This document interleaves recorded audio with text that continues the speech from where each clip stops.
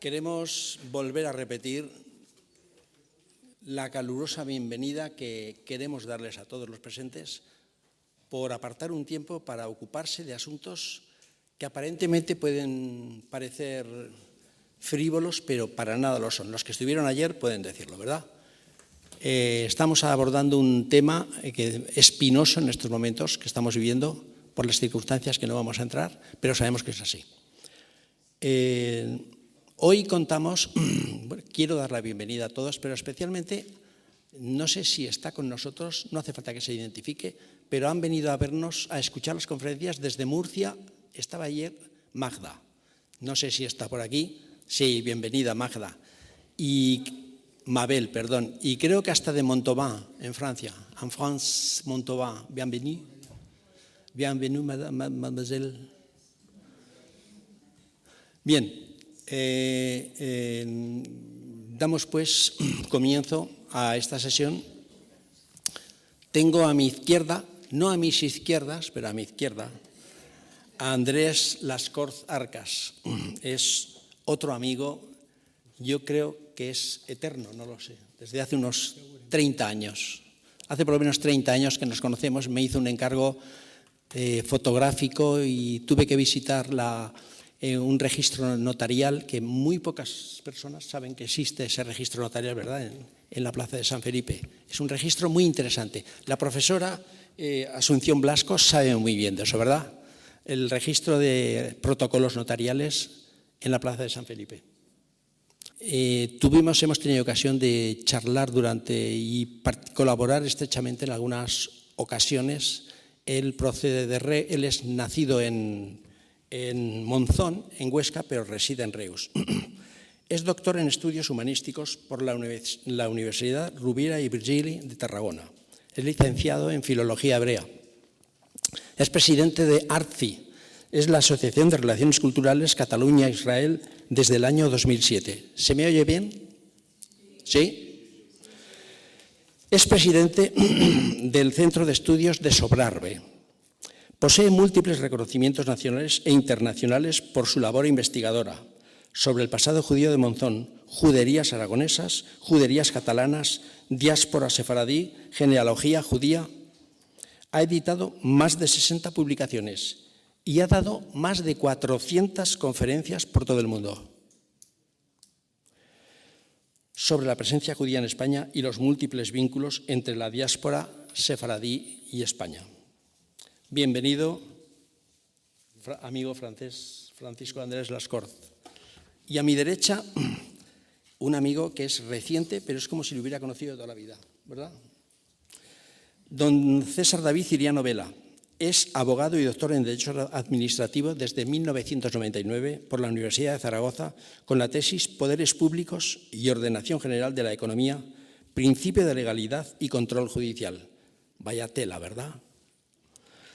Y autor de libros como Administración Económica y Discrecionalidad, un análisis normativo y jurisprudencial, editado por Lex Nova en 2000, y Principio de Legalidad e Intervención Económica por Editorial Atelier en 2000. Es investigador de Derecho Público de España desde 1993, dedicado desde 2016 a ayudar a muchas personas de origen sefardí por todo el mundo a obtener el pasaporte español. Yo creo que son unas cuantas, ¿verdad? Él nos lo dirá. También colabora con instituciones y congregaciones judías de España, Estados Unidos, Israel, México, Canadá, Francia y otros países para defender y divulgar la historia y la cultura sefardí.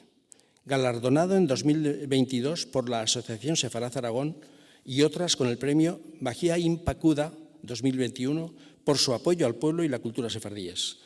Abogado de extranjería y derecho administrativo desde 2002, junto con su esposa que está presente. En los colegios de Zaragoza, Barcelona, Madrid y Soria, con despachos en Zaragoza y Barcelona, y doctor en Derecho Administrativo 1999 y profesor de Derecho Público 1993-2002 por la Universidad de Zaragoza, España. Bienvenidos a los dos.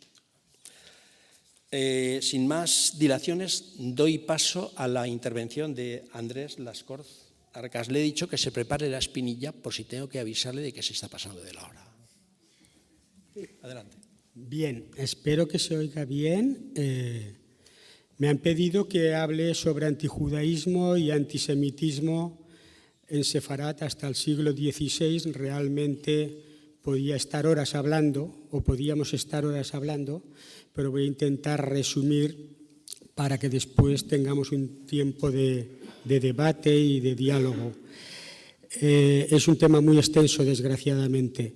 Durante los siglos XI, XII y XIII se fue forjando en la península el antijudaísmo en todos los reinos peninsulares, y ya antes, y se estableció poco a poco su condición legal con muchas discriminaciones y persecuciones. A nivel general podemos decir que en la antigüedad predominó una razón religiosa, antijudaísmo de matriz religiosa, que posteriormente en la Edad Media va a sufrir el añadido de motivos económicos y sociales. Cualquier crisis social, cualquier hambruna, cualquier peste, cualquier problema, los culpables eran los judíos y las persecuciones las sufrían los judíos. E incluso en una península sin judíos, como era en el siglo XVI, aquí en Zaragoza, Anchías, durante un episodio de la peste, no tuvo una cosa mejor que hacer que escribir el Libro Verde de Aragón, en el que explica a todos los aragoneses que sus antepasados eran judíos, para que quede clara esta diferencia entre cristianos viejos y cristianos nuevos. Me gusta recordar a un gran amigo muy querido por la doctora Asunción Blasco y mis compañeros de aquí, el doctor Jaime van der Koppel, que fue profesor mío en la universidad y que en un artículo escribió la siguiente frase: hablemos del antijudaísmo precristiano, porque antes del advenimiento del cristianismo ya hubo episodios de antijudaísmo de matriz religiosa al antisemitismo racial, estudio de una metamorfosis. Yo creo que el antijudaísmo, el antisemitismo serían el mal que nunca muere, aquella epidemia de violencias que pasan milenios y desgraciadamente como epidemia continúa viva y hoy en día, es mi opinión, en algunos aspectos a un nivel insoportable. Pero para llegar a explicar un poco con detalle todo esto, toda esta metamorfosis, voy a hablar brevemente de episodios proselitistas, de episodios en los dos sentidos de intentar convencer al judío o al cristiano, normalmente al judío, de que va errado, de episodios violentos, muchas veces se utiliza el diálogo, otras veces la presión, otras veces o te bautizas o vas a ser asesinado, y de polémica judeocristiana. Muchas veces hay personas que prefieren escribir y prefieren argumentar, y estos estudios y estos libros van a tener una grandísima influencia en la polémica judeocristiana y sobre todo en la crítica al judío, la exigencia al judío de la conversión, la presión al judío para la conversión.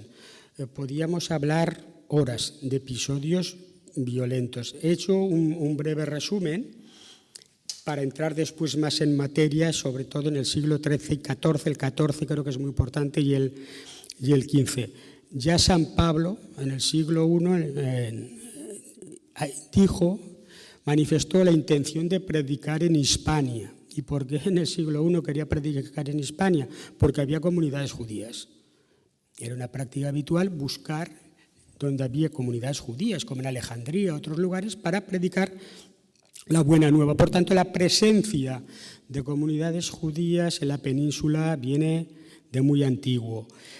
Y esta presencia se va a incrementar después del 70 después de Cristo, cuando el emperador Tito arrasa Jerusalén, arrasa el templo, y muchísimas familias judías abandonan la tierra de Israel, Judea, Samaria, que es como se llamaban entonces y se habían llamado durante siglos.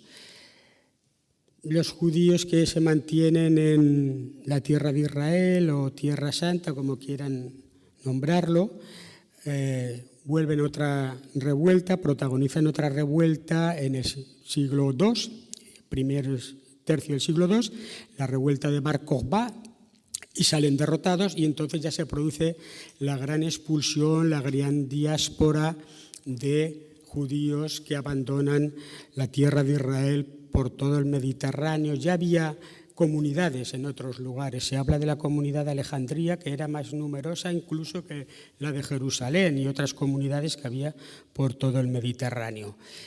Esta expulsión no pasa desapercibida, esta llegada de personas de religión judía no pasa desapercibida, y ya en el siglo II Prudencio escribe un tratado Adversos Judaeos, y va a haber muchos polemistas que durante la Edad Media van a escribir sus textos, primero denunciando que los judíos están errados, que no son el verdadero Israel, y poco a poco complicando el tono y la insistencia para perseguir a las comunidades judías y negar el derecho a existir en algunos casos de las comunidades judías.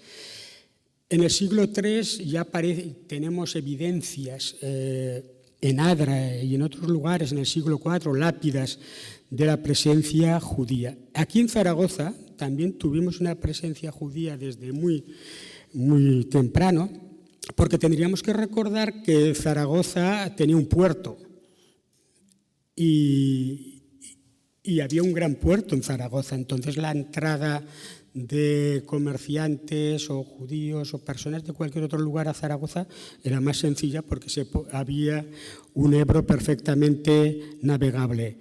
En el siglo IV, el concilio de Elvira, estamos hablando del siglo IV, ya hay como mínimo 5 cánones, que demuestran que hay comunidades judías y que tenemos un problema con los judíos. ¿Por qué?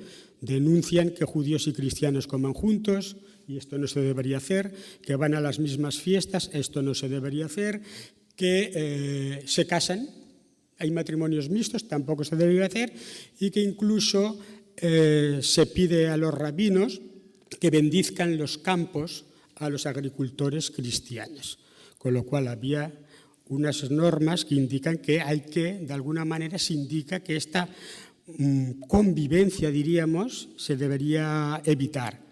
Posteriormente se reconocerá que no tuvo ningún éxito, porque en el siglo IV, siglo III, el cristiano de Zaragoza no veía en general al judío como un problema, como un obstáculo, no le generaba ningún gran problema. Después sí que va a tener poco a poco, a lo largo de la Edad Media, más argumentos para ver al judío como un elemento peligroso, y vamos a explicar cómo se produce este cambio de opinión. En el siglo IV el cristianismo se convierte en la religión oficial del imperio, y a partir de este momento pues las comunidades judías van a empezar a tener algún problema. Entonces van a tener dificultades en muchos lugares del imperio. Y a la vez, personas como Aurelio Prudencio, nacido en la Tarraconense en el 348, una vez convertido del paganismo al cristianismo, escribe otro tratado en el que critica a los judíos, critica a la religión judía, etcétera, etcétera, etcétera. Todo esto sigue subiendo de nivel, sigue habiendo comunidades judías, y en el siglo V, en el 417, hay una conversión muy numerosa de judíos de Menorca, de Mahón concretamente, como refleja el obispo Severo en una carta encíclica. Bien, el hecho es que no se produjo este milagro fantástico de conversión, sino que hubo una presión para la conversión. Parece ser que hubo una quema de una sinagoga, etcétera, etcétera. Seguramente hubo personas que se convirtieron voluntariamente, pero hubo un episodio violento. Si ya había pequeños matices, el obispo Severo critica a los cristianos peninsulares que no sucedan hechos milagrosos como los que han sucedido en las Islas Baleares y por toda la península. Pues parece ser que no sucedieron, pero en el año 589 Recaredo se convierte al catolicismo y sí que los visigodos van a ser en general muy hostiles con las comunidades judías o con la presencia de comunidades judías. Va a haber dos tendencias, la que dice vamos a perseguir a los judíos, vamos a intentar que se conviertan de verdad, porque tenían terror al criptojudaísmo, y hay otra corriente de opinión que dice cuanto más desgraciados sean, más pobres, una vida más miserable tengan, porque la tenían en muchas ocasiones, es la evidencia de que su religión está equivocada y que la buena es la cristiana. El Papa Gregorio el Grande, en 590-604, ya va en esta línea. Mirad de convertirlos, pero con amor, nunca por la fuerza. ¿Por qué? Porque ya habíamos tenido episodios de criptojudaísmo y para la Iglesia esto era insoportable. El hecho de que tú ofrezcas la salvación a unas personas, ellos no lo aceptan de verdad, de puertas afuera sean cristianos y de puertas adentro sean judíos. Sisebuto en el 616 ordena la conversión de todas las comunidades judías y como ellos, medidas parecidas, Chintila, Égica, incluso se prohíbe la construcción de nuevas sinagogas, reforzar las sinagogas viejas de manera que si se caen, pues que se caigan. Se pide que se separen a los hijos judíos de familias judías de sus padres y los eduquen familias cristianas, no siempre a un nivel uniforme en toda la península, pero van pasando tragedias de este tipo. Incluso en Zaragoza, Tajón, otro polemista, pues argumenta en el sentido de que tenemos comunidades judías, van errados, tendrían que convertirse al cristianismo. En este ambiente de presión, sobre todo en tiempos visigóticos, muy fuerte para el mantenimiento de la fe judía, la llegada del Islam en general, y hablo del siglo VIII, se ve como un alivio para las comunidades judías. Porque en un principio los musulmanes, cuando llegan a la península en un número muy reducido, no ven al judío como un problema, como un enemigo, incluso los van a aceptar en la corte, en el siglo VIII, IX, X, en este palacio de la Aljafería. Tanto bajo gobierno musulmán como gobierno cristiano hubo muchos cortesanos judíos que trabajaron lealmente para los reyes musulmanes y los reyes cristianos, hubo ministros, hubo muchísimas personas. La entrada de judíos en este palacio bajo el gobierno del Islam o el gobierno cristiano fue algo muy, muy normal. En este ambiente de argumentar de que el judío está equivocado, que el pueblo judío está equivocado, creo que hay que recordar que en el 1106, el 29 de junio, aquí en Huesca, Moisés Sefardí, un judío, se convirtió como Pedro Alfonso y escribe el diálogo contra los judíos en Huesca, que invito a leer, está editado por el Instituto de Estudios Alto Aragonese, y va a convertirse en lo que diríamos en un bestseller en toda Europa. Este va a ser el libro que durante siglos van a utilizar muchas personas para fundamentar las predicaciones contra los judíos, para explicar que realmente el cristianismo es la religión correcta. Por tanto, tenemos aquí un gran autor como fue Moisés Sefardí, con su diálogo contra los judíos, principios del siglo XII, que vale la pena leer. Justamente en Huesca, un siglo después, Jacob ben Rubén de Huesca argumenta lo mismo, pero al revés. En las batallas del señor Milhamot Hashem, haciendo uso de documentos que él había conseguido en otros lugares de Oriente Medio, escribe un libro de refutación del cristianismo. Por tanto, también hubo otros autores judíos que explican pues que no, que los que están equivocados son los cristianos. Vamos a saltar al siglo XIII ya, que es lo que nos interesa, ya el XIII, XIV y XV. En el siglo XIII, en 1250, y también en Zaragoza, es la primera vez que sucede en toda la península que se acusa a los judíos de un asesinato ritual, el famoso niño santo Dominguito de Val, cometido por los judíos. este punto de acusar a los judíos, de matar a niños, de utilizar la sangre, va a ser demoledor para muchas comunidades judías, al punto de que cuando en cualquier localidad desaparecía un niño, los mismos judíos eran los que buscaban a aquel niño para que apareciese, y si Dios quiere que apareciese vivo, porque el problema podía ser muy grave, no para esta comunidad, sino una vez que empieza a arder el bosque, arde. Por tanto, todo este tipo de asesinatos rituales, profanación de hostias consagradas, elevó el nivel del antijudaísmo de matriz religiosa de una manera muy, muy poderosa.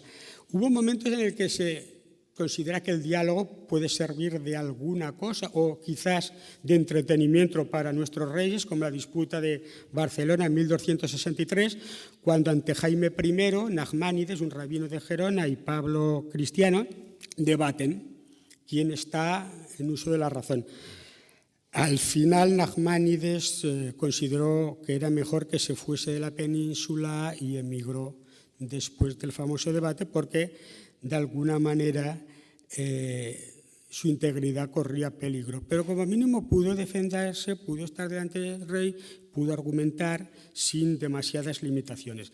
El siglo XIII, a la vez, representa el siglo de oro de las comunidades judías, no oro en sentido económico, ya me entienden, quiero decir de acceso de los cortesanos cristianos al gobierno, de que las comunidades judías crecen, de que no hay excesivas violencias, que no hay excesivas limitaciones, pero el antijudaísmo de matriz religiosa va subiendo de nivel y sobre todo fundamentado en el tema, esta minoría judía para mí no tiene ningún sentido, deberían convertirse.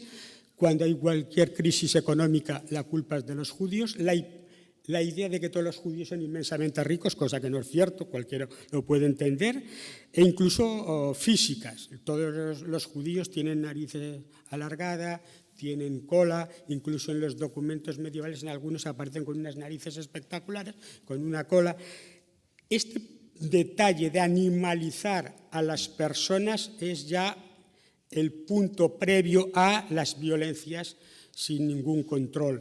Invito a que vayan ustedes a Huesca, vayan al Palacio de Villahermosa de Huesca y vean que como último tercio del siglo XIII los judíos que hay representados allá aparecen deformes, con cuerpos de cerdos, como animales, se representan como animales asquerosos, también aparecen los moros de la misma manera. Entonces, previenen al cristiano sobre la peligrosidad del judío, del musulmán, y los deshumaniza, que es exactamente lo mismo que pasa en la Alemania de Hitler antes del Holocausto, cuando en la previa de la Shoah se dibuja, se refleja al judío como un animal. Cuando animalizas a las personas, estamos a punto de entrar en la tragedia más grande que podamos imaginarnos, como tragedias como la Shoah. Por tanto, el siglo XIII ya vemos que esto está elevándose el nivel de antijudaísmo. Tenemos aquí en Aragón la cruzada de los pastorcillos, que entran en 1320, atacan la judería de Monclús, arrasan algunas juderías en el norte de la provincia de Huesca. Parece ser que van a llegar a Barbastro, Monzón y Lérida, pero hay un detalle que es muy interesante. La corona de Aragón ataca, expulsa, ejecuta a pastores, incluso juzga a gobernantes municipales en algunos lugares, incluso ejecuta miembros de la nobleza, lo cual es increíble. Incluso después, en el siglo XVI, XVII, recuerdan a los judíos, después de la expulsión de España, hubo un rey en Aragón que defendió a los judíos, era el episodio de Monclús. Durante el reinado de Pedro IV, cuando llega la peste negra, 1348, y este es una fecha muy importante, llega una peste con una mortandad enorme y los judíos son los culpables, los que provocan la peste, la propagan envenenando el agua y todo acaba, como casi siempre, con asaltos a juderías, agitación, asesinatos, barrios destruidos, bautismos forzados, documentos de deudas rotos. Se buscaba mucho la casa de aquella persona a la que tú le debías dinero para romper, si era el caso. Y la segunda fecha, que creo que es muy importante, es 1391, cuando en Sevilla Ferran Martínez, pues de alguna manera, y comienza un levantamiento que va a ser peninsular contra los judíos, y se van a arrasar y se van a atacar las comunidades de Andalucía, de Castilla, de Valencia, de Cataluña, de las islas, y las conversiones van a ser numerosísimas, las muertes muchísimas, pero no en el Reino de Aragón. Y esto es un detalle que me gusta recordar. Estaba la corona, estaba en la corte en aquel verano en Zaragoza. No abandonó Zaragoza. Cuando quisieron marchar a Zaragoza ya habían arrasado Barcelona con el rabino Hasdai Crescas, y sería muy largo explicar lo que pasó, pero se consiguió pagando dinero. No Hasdai Crescas fue por las comunidades judías aragonesas: pagad soldados, porque si no os va a pasar igual que en Barcelona, Valencia. Se pagó y pasaron bandas al lado de Monzón, casi llegan a atacar Barbastro, pero no, aquí no, en el Reino de Aragón. Por eso, a partir de 1391, la mayoría de los judíos de la Corona de Aragón van a estar residiendo en el Reino de Aragón, porque también muchos judíos catalanes huyeron después a localidades como Monzón, incluso como Calatayud y como otros lugares para salvar la vida. Ya posteriormente, en el siglo XV, con un judaísmo en la Corona de Aragón que se ha girado completamente, porque han desaparecido comunidades muy importantes, y llega la disputa de Tortosa. ¿Y quién va a la disputa de Tortosa? Donde se intenta convencer a los rabinos de la Corona de Aragón de que estaban equivocados.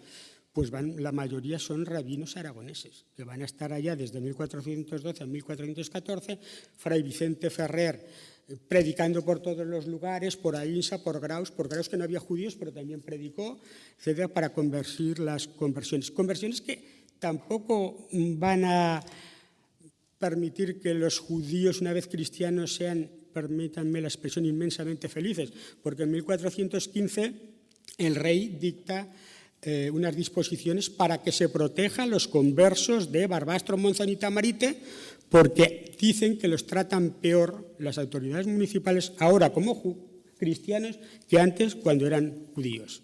Por tanto, se va a producir un fenómeno de el bautismo no nos va a evitar la persecución y no vamos a estar siempre integrados al 100%. Y voy acabando cuando en el siglo XV el antisemitismo se va a cebar ya con cristianos que son conversos de tercera o de segunda generación, cristianos de fe, pero el hecho de que tus antepasados eran judíos van a invitar en muchos lugares, como en Toledo con la sentencia estatuto, a echarlos del gobierno municipal, a limitarlos el acceso aquí, no por nada, sencillamente porque tu abuelo o tu bisabuelo, etcétera. Por tanto, esto va a pasar se van a perseguir a los judeoconversos, según Netanyahu, venció Netanyahu, por motivos políticos, económicos y sociales. Van a ser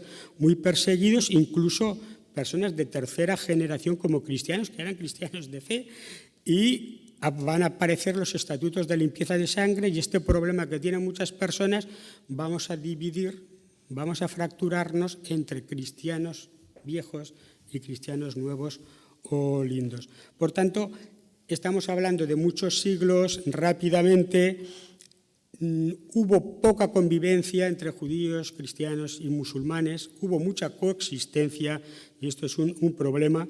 El siglo XV, la Inquisición obedece a esta ideología excluyente y se va a convertir en una máquina represiva que va a perseguir a los conversos y a muchísimas personas que de alguna manera no tenían el problema de que su bisabuelo lo era, etcétera. Recordemos el asesinato del inquisidor Pedro de Arbués aquí en Zaragoza, porque era un problema para toda la sociedad la llegada de la Inquisición.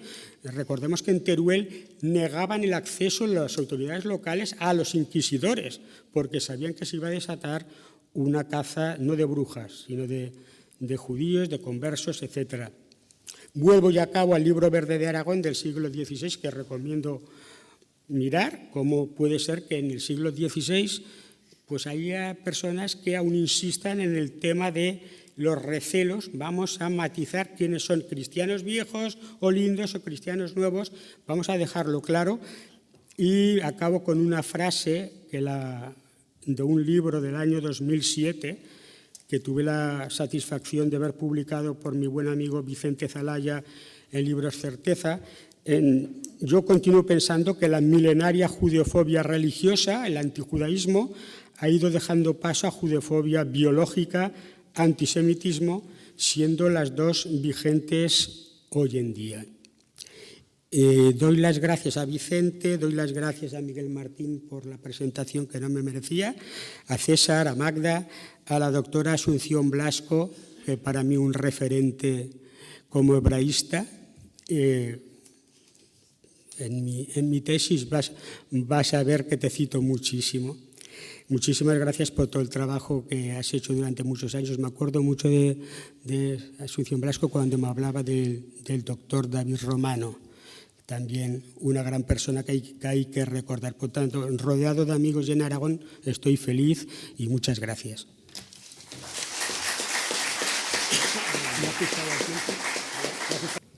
Muchas gracias. Ha sido muy respetuoso con el tiempo y es de agradecer.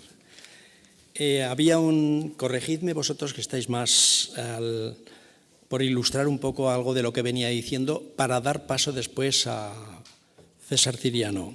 Hay una expresión que utilizamos habitualmente que se llama tirar de la manta. ¿Quién no ha usado tirar de la manta, verdad? ¿Verdad?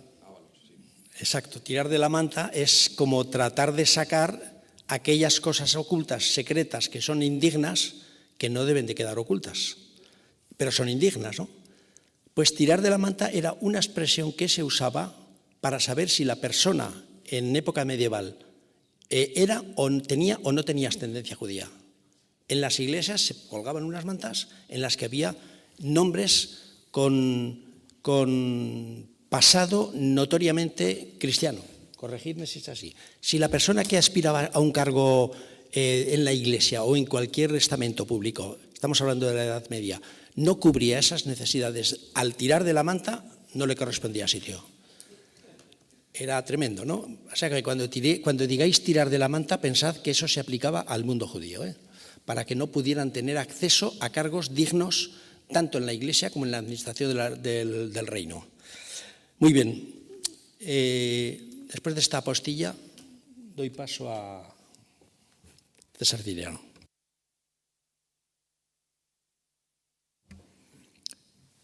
Muchas gracias, Miguel. Muchas gracias a la Asociación de Amistad Judío-Cristiana, Judío-Aragonesa y Sefarat Aragón, también a Miguel y a Timna, y a las juntas directivas, y gracias también a Andrés por haber venido, compañero de tantas reuniones y de tantos actos, y la extraordinaria labor que haces, ¿no? Siempre en defensa de Israel, de la amistad entre Israel y España y Cataluña, en los distintos pueblos de sefardíes y judíos que hay en todo el mundo.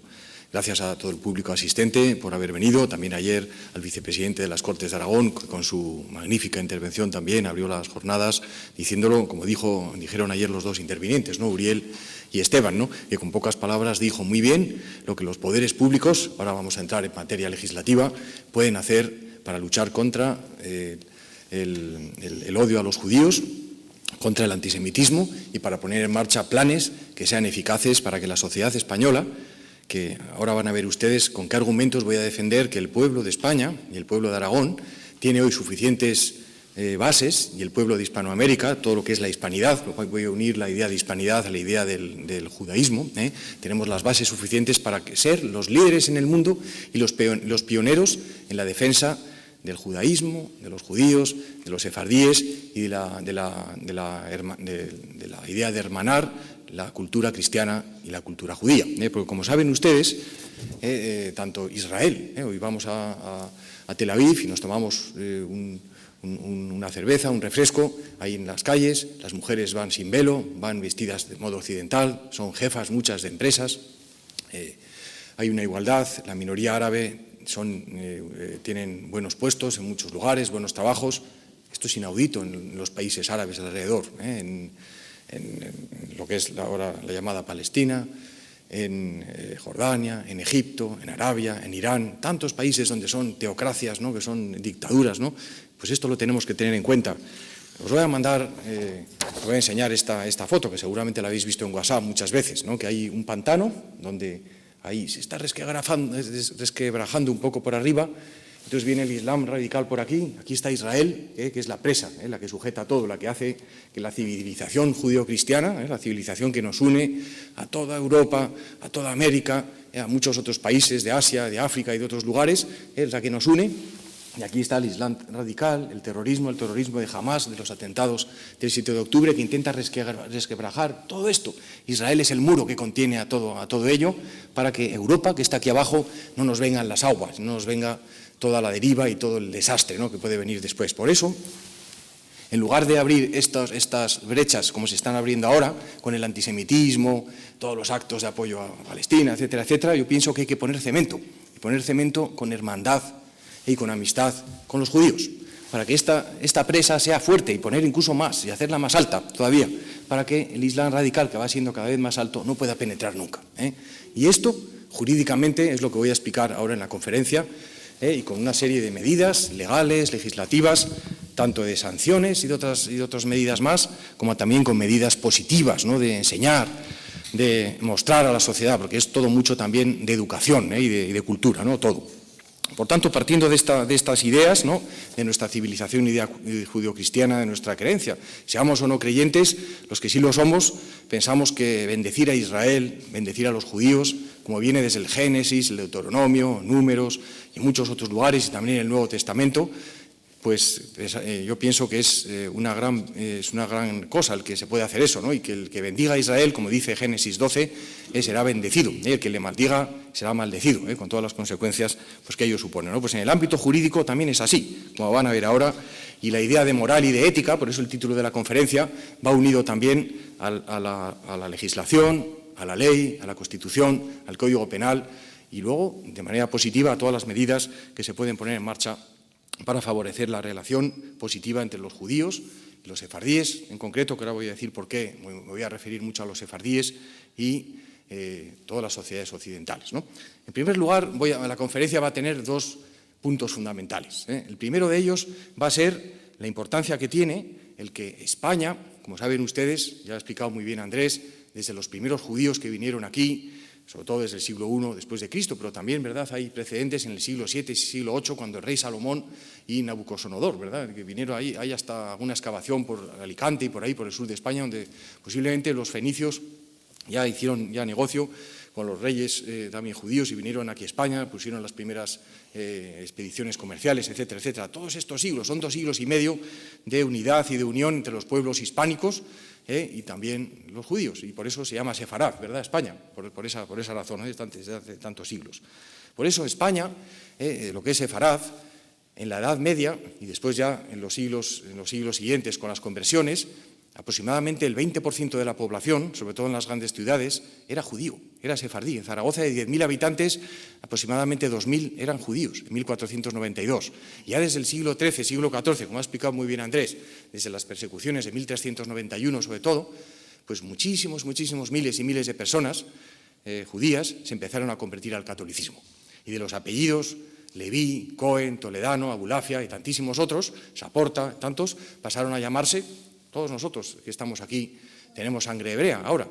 González, García, Fernández, Moreno, Navarro, López, Martín y tantísimos otros. Todos nosotros, todos los que estamos sentados en esta sala, por nuestras venas, tenemos sangre hebrea. Unos tendremos el 3%, otros el 8%, otros el 15%, otros el 25%, si se nos hace un test de ADN. El pueblo hispánico.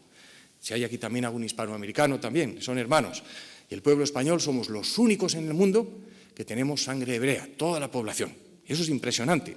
Hoy, porque luego se mezcló hasta Cristóbal Colón, que ya se sabía hace muchísimo tiempo, el libro de Simón Wiesenthal, que os lo puedo mandar, luego os haré la tarjeta y Andrés os puede mandar mucha información, lo tengo en PDF, ya demostró que las 3 carabelas de Cristóbal Colón estaban llenas de sefardíes, porque era el último minuto de la expulsión, desde marzo hasta julio de 1492. Por eso, teniendo nosotros esta vinculación tan grandísima con el pueblo de Israel, todos nosotros descendemos de las 12 tribus de Israel, es increíble, ¿verdad? Pero es cierto. Cristóbal Colón, se ha demostrado hace unos días, no sé si lo han leído en los medios, que se le han analizado sus huesos, su cráneo, el de su hermano, el de su hijo, que no era genovés, para nada, era español, valenciano, balear, de otro lugar del Mediterráneo, y era judío sefardí, firmaba en hebreo. Esto se sabía hace mucho, hay libros, artículos. Lo que pasa es que la leyenda negra, como pasa también con la hispanidad de otros países que no quiero aquí mencionar, unida a enemigos de España, pues ha intentado ocultar esto durante muchos siglos. Probablemente los reyes católicos, para proteger a Cristóbal Colón, que hizo una magnífica labor, ¿no?, de llegar a América, pues eso no dijeron que era judío sefardí. Era una estrategia también, pero era judío sefardí, eso es clarísimo. Y cada vez va a haber más pruebas y se va a publicar ahora todo ese estudio que se ha hecho. Hay artículos, se van a hacer películas, hay una película de hace unos días, etcétera, etcétera. Por eso, al ser toda la población de aquí, de España y de Hispanoamérica, descendiente de sefardíes, pues yo lo que entiendo como punto de partida es que tenemos una extraordinaria oportunidad, todos nosotros, de ser los principales defensores del pueblo judío. Es que teníamos que ser los primeros, teníamos que ser los números 1, los que fuéramos líderes ahora con Israel, con Estados Unidos, con las comunidades sefardíes de todo el mundo, llevando la iniciativa de defender lo que es la cultura judía, que es cultura común a nosotros, lo llevamos en nuestra sangre, y se está recuperando además mucho. Se está recuperando sobre todo desde el siglo XIX, en donde ya el movimiento filosefardita, que seguramente lo conocerán, lo pueden ver ustedes en Google, era un movimiento de intelectuales, profesores, políticos, ¿verdad?, de España, como el senador Pulido, los generales que estaban en el norte de Marruecos en 1870, el general Prim, el general O'Donnell, y muchos otros que empezaron un movimiento de acercamiento a los sefardíes del norte de Marruecos, de Grecia, de Turquía, de los Balcanes, de América, y empezaron con muchas medidas de apoyo, darles protección diplomática y otras cosas más, protegerles de los árabes de ahí radicales, luego de Hitler, la Segunda Guerra Mundial, etcétera, etcétera. Y también una cosa muy importante, que igual algunos de ustedes no lo saben aún, porque no lo han publicitado tanto, se les empezó a dar la nacionalidad por carta de naturaleza, que es un programa que lleva 160 años en vigor. Desde hace 160 años existe, desde 1869 hasta 2024, hasta hoy, existe con distintos nombres, distintas leyes, etcétera, el programa de nacionalidad a los descendientes de sefardíes. Desde 1870 hasta 1924 se concedieron más de 2.000 o de 3.000 en Turquía, en Grecia, en Marruecos, en otros lugares, los consulados españoles, están catalogados todos los nombres.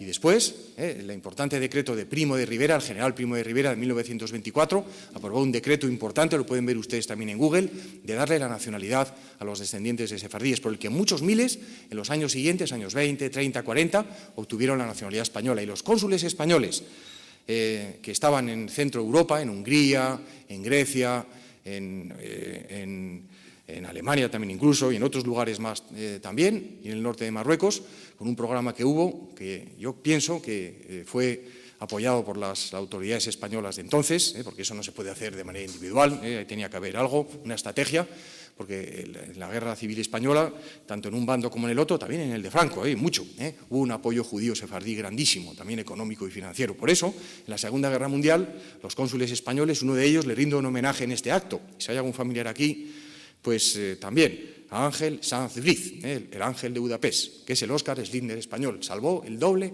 de judíos que Schindler, y no es tan famoso, y debería serlo, se le declaró justo en Jerusalén. Pues hay muchos libros y películas sobre él, una de ellas de televisión española, que les puedo mandar el enlace, de 1 hora y media, que se titula El ángel de Budapest, y él dio la nacionalidad y la protección diplomática a más de 5.000 sefardíes entre 1941, 42 y 45. Le salvó del Holocausto. Y así muchos otros cónsules, que entre todos ellos salvaron la vida, entre los que también pasaron por España, se les dejó pasar por los Pirineos, por otros lugares, fueron a Portugal, a América, entre 50.000 y 200.000 judíos salvó España en la Segunda Guerra Mundial. Fuimos el país de Europa, con mucha diferencia, que más judíos salvó. Fue seguramente insuficiente, se salvó al 2%, al 1%, Pero España no tenía más capacidad, pero fue el país que más, con mucha diferencia. Los españoles tenemos que estar orgullosos de ello, porque es algo que son datos reales, son datos efectivos, y hoy en día se tiene que saber todo esto. La memoria democrática es esta, de verdad, la memoria histórica, la memoria de que España dio la cara, se dejó la piel muchas personas por salvar a tantos judíos, ¿no? Entonces, por eso hoy, en 2024, con la masacre del año pasado, tenemos que volver a lo que fueron esos años también. La heroicidad del español de siempre, desde la época de los siglos pasados, tiene que volver también, y decirlo en las calles todos nosotros, defender a Israel, defender a los judíos, defender nuestro pasado sefardí, nuestros apellidos. Todos somos judíos, No tiene sentido que una tal Montero o un tal Iglesias u otros así, que sus apellidos son sefardíes, que lleven pañuelos de un color raro y estas cosas. No tiene ningún sentido. Lo que tenían que hacer es decir, somos sefardíes también nosotros. Hay que leer más historia y más cultura, ¿no? Y tener más cultura.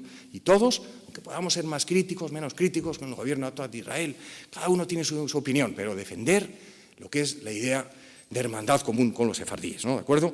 Por eso, muchos de los sefardíes que han venido todas estas últimas décadas, que han sido miles y miles y miles que se han nacionalizado, los últimos de ellos han sido 85.000, 5.400 entre el 2005 y el 2017, por carta de naturaleza, por el artículo 21 del Código Civil, que se aprobaron todos, el 100% de los que aplicaron. 2 recientes libros de este año, importantísimos, lo acaban de analizar todo esto. Reintegración de los sefardíes en España, 1869-2015, analiza 160 años de ley sefardí de Carta de Naturaleza, y luego cuánto os hemos echado de menos también, que es un libro colectivo, también importante. Aquí se analiza todo esto, 5.000 entre el 2005 y el 2017, y luego 80.000 hasta ahora, aproximadamente, desde 2015 hasta hoy, por la famosa Ley 12/2015 de concesión de la nacionalidad a los descendientes de sefardíes. ¿Cuántas personas? Nosotros hemos ayudado a unas pocas familias de Israel, de Estados Unidos, de México, de Colombia, de Australia, de Israel, de muchos países del mundo, ¿de acuerdo? ¿Y cuánto aman España? Llevan la llave todavía de Toledo aquí, o de Gerona, o de Zaragoza, o de Sevilla, aman a nuestro país, quieren invertir aquí. Muchos son profesionales, sus hijos vienen a estudiar aquí a las universidades, muchos compran viviendas, muchos compran empresas o ponen empresas nuevas, quieren venir aquí, instalarse aquí, que se puedan crear sinagogas en todos los sitios, que puedan ir por la calle con la kipá, y ¿por qué no? Si un árabe va, le respetamos, ¿por qué no va a ir un judío? Con normalidad, como va en Nueva York, va en Miami, va en cualquier otro lugar donde hay judíos. Tenía que ser así, ¿de acuerdo? Y ahora vamos a ver por qué las autoridades deberían proteger eso. ¿De acuerdo? Por eso tenemos esa importante base que no la tienen otros países. España la tiene. Hasta en Francia hay 200.000 sefardíes. En Canadá hay 200.000 sefardíes. En Gran Bretaña, no sé cuántos habrá, 20, 30.000, 40.000 también sefardíes. Dentro de los 500.000 judíos que hay en Francia, los 400.000 que hay en Canadá, es impresionante. En Estados Unidos, cientos de miles. En Israel, de 7 millones de personas judías, hay entre 2 y 3 millones de sefardíes, pero en la Edad Media, este dato se me ha olvidado decirlo antes, el Atlas de Beinar lo dice, en 1992, en este gráfico, el 75% de la población en la Edad Media, que me corrija Andrés, vivía en Sefarad, en España, en Portugal y en Italia, que pertenecía a la Corona de Aragón. Por tanto, el 75% de los judíos. Para que ustedes vean, que no piensen que somos de origen judío por algo, una casualidad, había 1.000, había 2.000, no, era el 75% de los judíos que vivían en el mundo, que vivían en Sefarad. Por tanto, hay muchos askenazis de ahora que son de origen germánico, ruso, polaco, etcétera, etcétera, tienen 10, 15, 20%, 30% de origen sefardí, porque luego se fueron allí en 1492 y se mezclaron con los que vivían allí. Prácticamente todos los judíos del mundo hoy descienden de España, tienen sangre de España. Impresionante, ¿verdad? Pues esto lo tendríamos que tener en cuenta a la hora de... Andrés hace unos estudios magníficos de muchas personas que son de origen askenazi y, sin embargo, le sale rey sefardí Rushov, uno que, ¿verdad?, que es judío de origen ruso, de Israel, ruso-ucraniano, pues significa rojo, y rojo es sefardí, ¿verdad? Steinberg, un estudio de Andrés, significa piedra, ita, piedra es sefardí, ita también, y es un judío sefardí, hijo, nieto, bisnieto de rabino de Nueva York, de Manhattan, para que vean, y ese es sefardí puro, para que vean ustedes la dimensión de lo que estoy hablando. Y no, tenemos un tesoro con los sefardíes en España, y no lo sabemos aprovechar. Yo creo que ya va siendo hora de que en el nivel legislativo, administrativo, que ahora voy a hablar brevemente de todo ello, en 5 minutos, en 10, los últimos que me quedan, el resumirlo, qué medidas se pueden poner en marcha para aprovechar todo este extraordinario potencial que tiene España. Veréis, la segunda idea básica, fundamental en la conferencia es, efectivamente, las medidas legales, legislativas, administrativas, para apoyar a Israel, a los judíos y al hermanamiento entre España y el pueblo judío y el pueblo sefardí. Veréis, hemos preparado un decálogo, son 23 propuestas, dentro de un proyecto de ley que hemos redactado en nuestro despacho, mi esposa y yo, de nacionalidad sefardí permanente y de apoyo a Israel y al pueblo sefardí, que lo vamos a someter a congresistas, diputados, a senadores, lo vamos a dar, vamos a defenderlo también y a pedir también el dictamen también de genealogistas, de profesores, antes de sacarlo a la opinión pública, en donde hay unas cuantas medidas de apoyo, legislativas y de otras más, que son las siguientes. Voy a resumir las principales así brevemente. El primero de ellos es extender el programa de nacionalidad española sefardí para hacerlo permanente, para que siempre vengan sefardíes a España y no solo ya saquen la nacionalidad y vivan fuera de España, sino para que vengan a vivir aquí, se establezcan, se constituyan congregaciones sefardíes. Los que son, como todos nosotros, de tradición cristiana y de origen converso, son muchísimos, de México, de Colombia, hay como 400, 500 millones de personas en Hispanoamérica, con sangre hebrea, lo mismo. Tantísimos hay con los países que tienen ahí, los regímenes que tienen tan peculiares ahora, en todos los aspectos, pues que vengan a vivir a España, se establezcan e inviertan, saquen la residencia legal, por nómada digital, por Golden Visa, por inversores, sus hijos vengan a estudiar y también se quedan a vivir. Y los sefardíes, los judíos sefardíes, tengan aquí su sinagoga para poder rezar, para poder hacer sus actos, ¿no? Todo lo demás. Es un capital humano extraordinario, excepcional, de los sefardíes, el que tenemos, hay que saberlo aprovechar. Espero que algún gobierno tenga la valentía y la intuición y el acierto de poder hacerlo, y que se haga además por consenso, como ha sido siempre en los últimos 160 años, de izquierda, de derecha, dictaduras, democracias. Franco, los comunistas y los socialistas en la Segunda República, Azaña también tenía unos acuerdos de los sefardíes de Grecia y de Egipto en 1935, luego Franco los continuó en 1949, es que ha sido república con Azaña y Franco a los 12 años sigue con los sefardíes. Fíjense, tan contradictorio. Pues hoy en día, ¿por qué no va a ser así? Si hay menos diferencias que entre Azaña y Franco, los que hay ahora entre todos los partidos que tenemos en España. No tiene sentido, ¿no? Primer punto. Segundo punto, una medida que se podía, esto es una medida simbólica, pero bueno, podía ser una medida importantísima para muchísimos judíos del mundo que se sientan atraídos por España y digan, ostras, España no es tan antisemita como parecía. Una segunda medida sería, en 1969 se derogaron los decretos de Granada de expulsión de los judíos, que son estos, los decretos de la Alhambra, ¿de acuerdo?, de Aragón y de Castilla. Están derogados, ya no están en vigor, naturalmente. En 1870 ya el Estado entonces liberal también los derogó, pero claro, no se han anulado de raíz, es decir, han estado en vigor desde 1492 hasta 1870, 1969. Pues bien, el Estado, el gobierno de la nación y el gobierno de Aragón y el de Castilla, como herederos de los reinos de Aragón y de Castilla, podrían poner en marcha un procedimiento de revocación de oficio, no sé si esto lo ha dicho alguien alguna vez, pero por lo menos espero abrir camino. Se puede poner en marcha un proceso de revisión de oficio, de revocación de oficio de los decretos de expulsión, de manera que se anulen radicalmente, de manera que nunca habrían existido esos decretos de expulsión. ¿De acuerdo?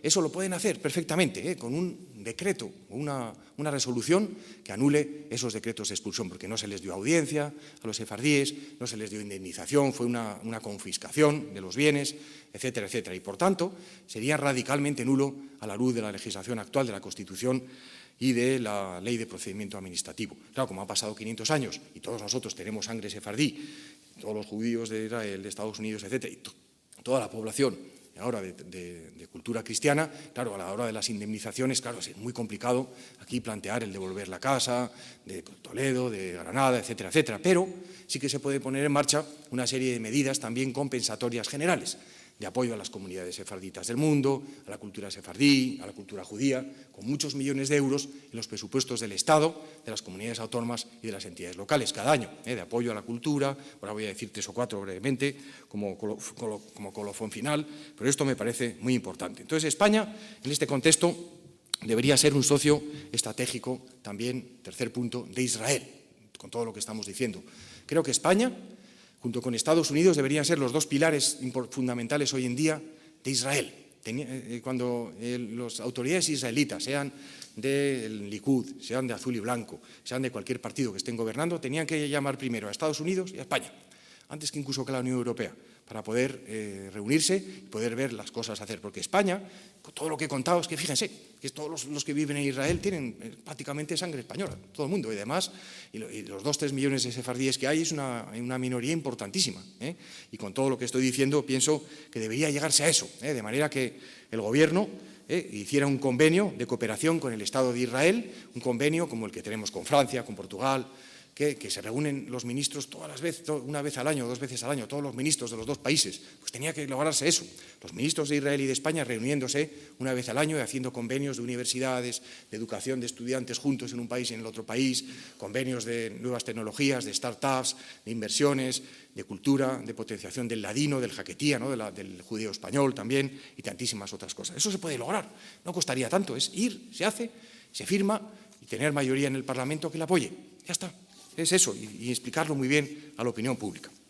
Otra medida más, voy ya concluyendo, sería crear el Instituto de Estudios Sefardíes, que sería un organismo autónomo, la Secretaría de Estado de Relaciones con los Sefardíes dentro del Ministerio de Asuntos Exteriores, con varias direcciones generales, una Dirección General de Cultura, el Ministerio de Cultura, donde se dotara de muchos millones de euros todos los años para apoyar todos los programas públicos y privados, y donde también se les diera un 25% de exenciones fiscales a todas las empresas, autónomos, personas individuales, aunque donemos 20 euros, ¿no?, la declaración de la renta, que se nos hiciera una deducción fiscal por donar el apoyo a todos estos programas. Y finalmente, la lucha contra el antisemitismo. Digo 3 o 4 ideas sobre ello.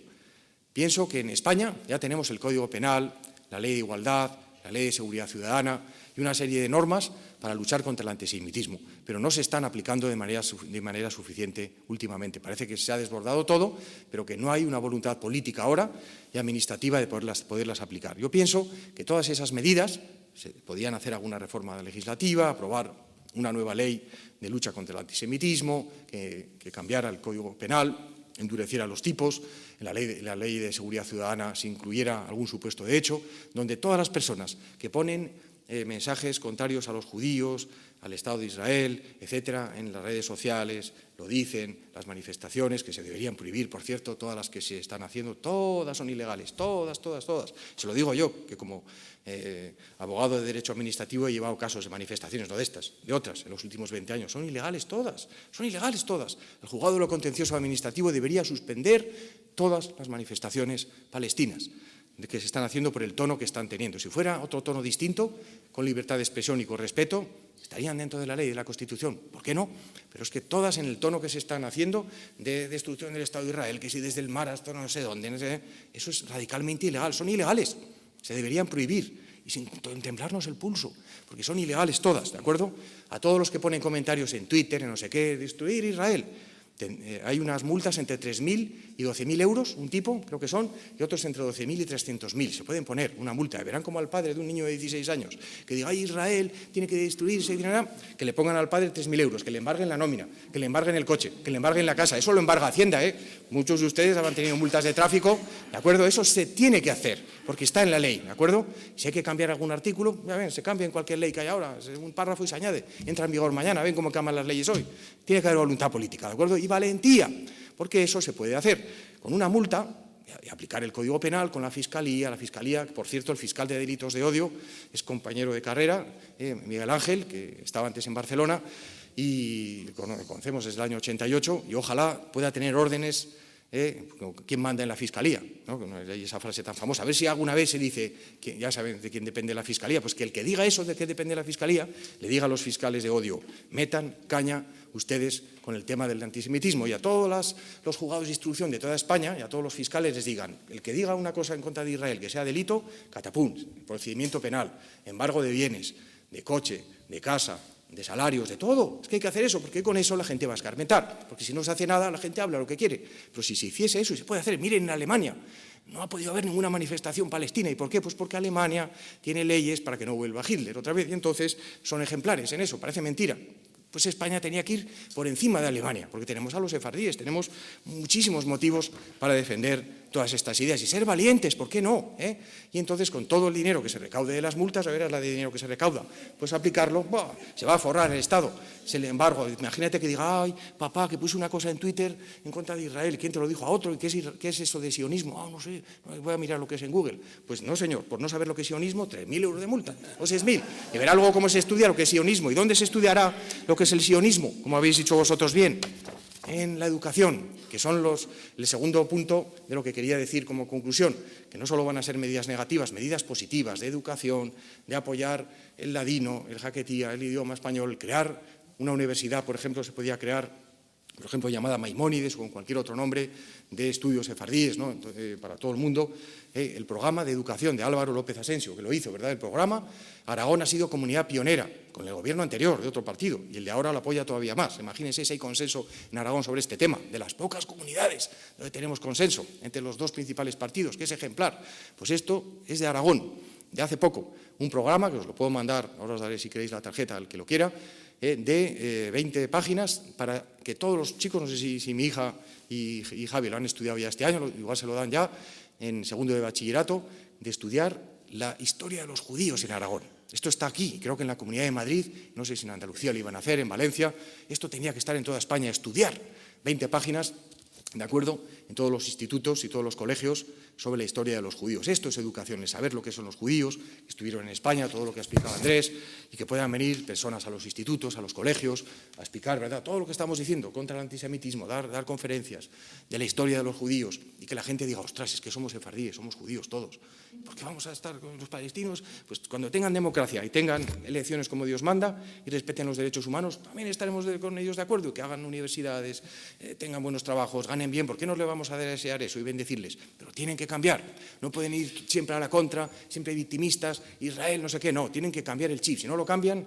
se van a quedar solos al final, porque cuando se dé cuenta Occidente de esto que he dicho de la presa, he empezado la conferencia con esto y acabo con esto, cuando seamos conscientes de que estas grietas hay que taparlas y poner más alta la presa, los que están detrás se van a quedar a la cola del pantano. Es eso. Y nosotros vamos a aprovechar el agua para regar, para tener buenas empresas de agricultura, tener buenas tecnologías, buenos comerciales que luego vendan los productos, Israel con Europa. Y con Estados Unidos y los demás personas de Occidente y de la civilización judío-cristiana que quiera apoyar estas ideas. Esto hay que difundirlo, no os quedéis con miedo, porque la gente que está en contra de Israel, la inmensísima mayoría, son todos estereotipos. Ahora en un bar de aquí de la Aljafería estaba uno diciendo, Israel, que ha puesto un cohete con no sé qué, hemos oído del Líbano, no sé qué, pero señor, yo no estoy a punto de decirlo, yo aquí la estrella de David, digo, señor, que usted es licenciado o será seguramente hasta un profesor, ¿cómo puede decir eso? ¿Usted ha leído? ¿Usted no sabe esto? Hombre, por favor, es decir, que hay mucha incultura, mucho desconocimiento, y esto hay que difundirlo desde todos los lados, pero desde la sociedad civil y desde los poderes públicos, ¿no? Ejecutivo, los gobiernos, central, europeo, tiene también planes autonómicos y locales, y luego también la sociedad civil, todos nosotros, sin miedo, no tengan miedo. Y si hacemos una manifestación, que Dios quiera que, ayer lo dijo Félix, ¿verdad?, ayer, otra vez de apoyo a Israel, que estemos 100, 200, 500, 1000 personas, ¿por qué no? Y con banderas de Israel, con todo, y no tener miedo. Va a haber 100 coches de policía al lado y el que vaya con la porra, ven a lo que le van a dar. Por eso, no tengan miedo, que llamaremos a toda la gente de la autoridad para que nos proteja contra estos desalmados, porque en Nueva York puedes ir con la kipá, en Miami puedes ir con la kipá, yo he ido, pero aquí vas y te pueden decir cosas, ¿por qué? Si es que, ¿por qué un árabe va con el gorrito y por qué un judío no puede ir? El judío o una judía no puede ir con su pañuelo tan bello que es, verdes, rojos, bonitos, que van hermosas, y muchas son jefas de empresa, no como otras, que les tienen ahí apartadas y les hacen llevar velo y les hacen llevar burka, y están ahí, y luego no critica a nadie eso, ¿de acuerdo? Por eso, en conclusión, pienso que hay que hacer mucho. Hoy espero que en estas jornadas hayamos puesto nuestro granito de arena para poder iniciar un poco toda esta remontada que tenemos que hacer. Esto es como el baloncesto, parece que nos ganan por 10, pero queda la segunda parte y vamos a meter muchos triples en este partido, ¿de acuerdo? Así que muchas gracias, espero que les haya gustado, gracias por los compañeros y ánimo.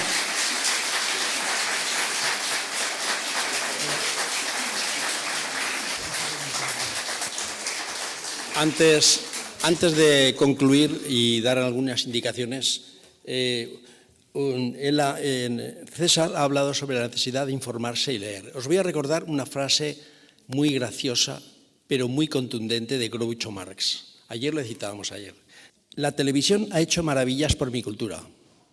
En cuanto alguien enciende la televisión, me voy a la biblioteca y me leo un buen libro. Muy bien. Unas indicaciones muy rápidas. Van a recibir el mismo obsequio de parte de Timna Segal que les dimos a los dos conferenciantes anteriores. Mientras lo hacen, yo voy a tener unas palabras de gratitud y reconocimiento al equipo que ha estado de alguna manera detrás de todo este asunto. Voy a citar nombres, no voy a citar apellidos, ni voy a citar qué es lo que han hecho, pero voy a citar nombres. No se van a poner de pie, porque no lo quiero que se pongan de pie, pero seguro, sin decir quién, ellos se van a sentir identificados. María Jesús, Cristina,